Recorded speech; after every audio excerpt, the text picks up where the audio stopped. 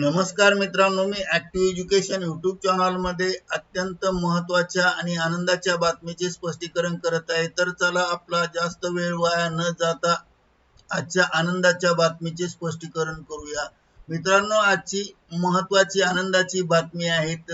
आनंदाची मोठी बातमी, उच्च न्यायालयाचा आदेश, पेन्शनधारकांना दिलासा। आता निवृत्ती वेतनधारकांना ह्या थकबाकीची रक्कम मिळणार।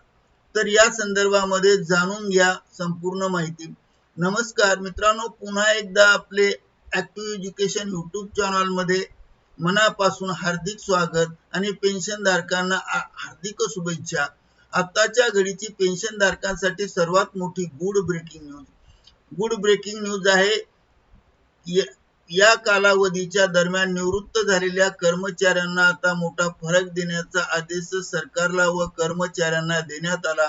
त्यामुळे कर्मचाऱ्यांना मोठा दिलासा मिळाला आहे।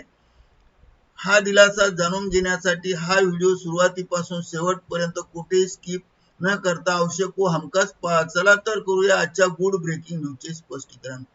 गुड ब्रेकिंग न्यूजचे स्पष्टीकरण करण्यापूर्वी आपण जर ऍक्टिव्ह एज्युकेशन यूट्यूब चॅनलवर नवीन असाल तर चॅनलला लाईक, शेअर आणि सबस्क्राईब करायला विसरू नका।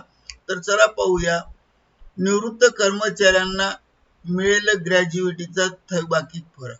या संदर्भामध्ये आताच्या घडीची पेन्शनधारकांसाठी सर्वात मोठी गुड ब्रेकिंग न्यूज, उच्च न्यायालयाचा आदेश। जाणून घेऊया।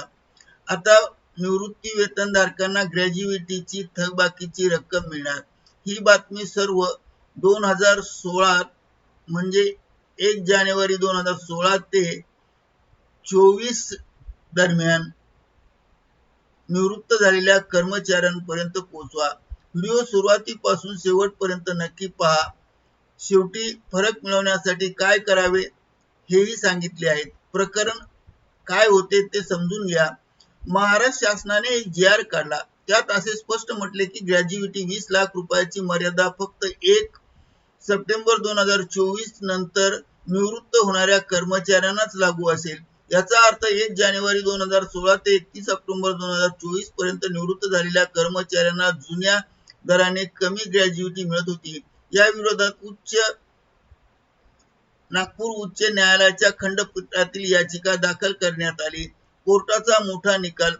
खंडपीठासमोर झालेल्या सुनावणीत याचिकाकर्त्याची मागणी मान्य करण्यात आली। न्यायालयाने शासनाला स्पष्ट आदेश दिले की 1 जानेवारी 2016 ते 31 ऑगस्ट 2024 दरम्यान निवृत्त झालेल्या सर्व कर्मचाऱ्यांना 20 लाख रुपयांची ग्रॅज्युइटी मर्यादा थकबाकीची रक्कम देण्यात यावी। यापूर्वी निवृत्त झालेल्या सर्व कर्मचाऱ्यांना फरकाची रक्कम द्या। 3 शासनाचा जुना आदेश सुधारित करा। असे कोर्टाने पेन्शनधारकांना मोठा दिलासा दिला आहे।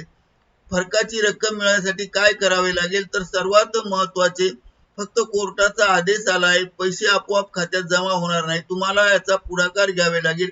प्रक्रिया पुढील प्रमाणे करा। स्टेप क्रमांक 1, आपल्या मूळ आस्थापना व कार्यालयात स्वतः जा।